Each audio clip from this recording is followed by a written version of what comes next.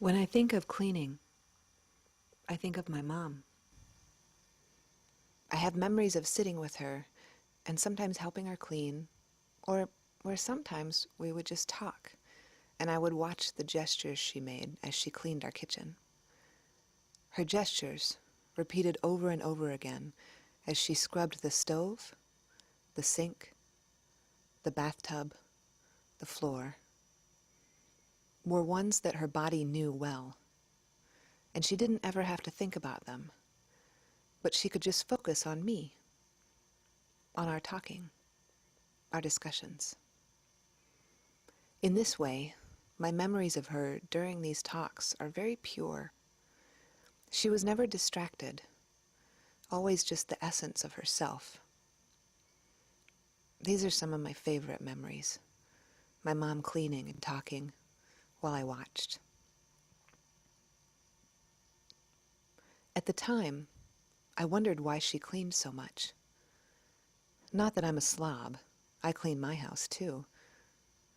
But when I would ask her why it was so important for the house to be so clean, she would tell me it makes the house look nice, or that she didn't want things to smell, or that it was so that she wouldn't trip over everything when she walked through the front door.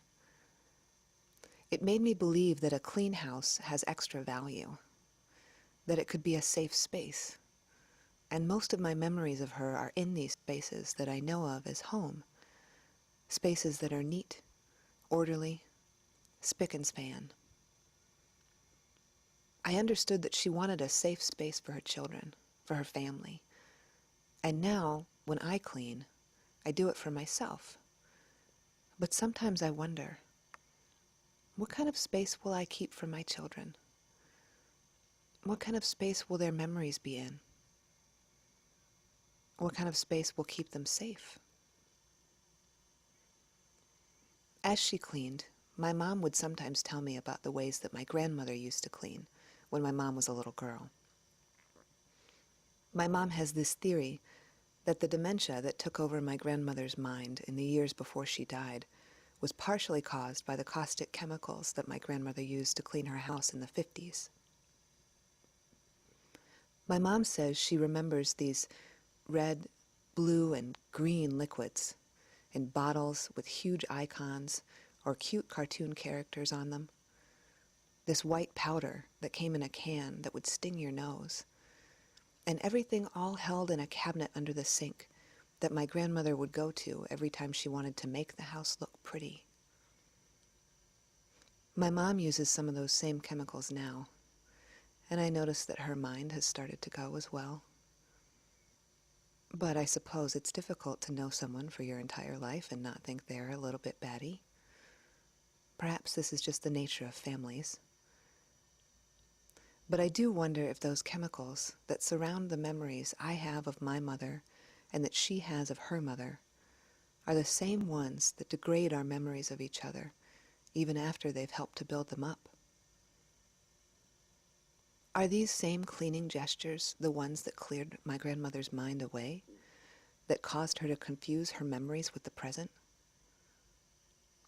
Not that my grandmother's dementia-induced hallucinations were ever of cartoon character animals or anything like that. That would be weird. But she did sometimes see children who were not there. And I know she had a child before she had my mom, a boy, who died when he was young. It's been said that you must first lose your memories in order to actually live in them. And maybe we have to grow old in order to get back to our origins. Do I clean now as a way to remember? When we clean, are we making something new or renewing what is familiar, dusting it off to see what it really is? And is it ever okay just to leave your memories alone? Or should we be trying to clean our minds up now and again, to lift those surfaces, those objects, as a way to shed light on them and make them new? On the evening that my grandfather passed away, at a point early in the morning, he looked over at an empty space on the other side of the room, and he asked, "So, will you be with me now?" His hospice nurse, Alexandra, told me later that she believes that the dying have others who accompany them during the transition, who show them the way to where they're going. My mom thinks that my granddad saw my grandmother, and it comforts her to imagine my grandmother helping him during his last few hours. I wonder about where the two of them ended up. If they are in their old house now, with my grandmother every so often cleaning and talking as my grandfather watches. Or if they are in some new, undefined space where there are no relics of their former lives. Maybe there are cartoon animals there that clean everything spick and span. I wonder if there are memories there.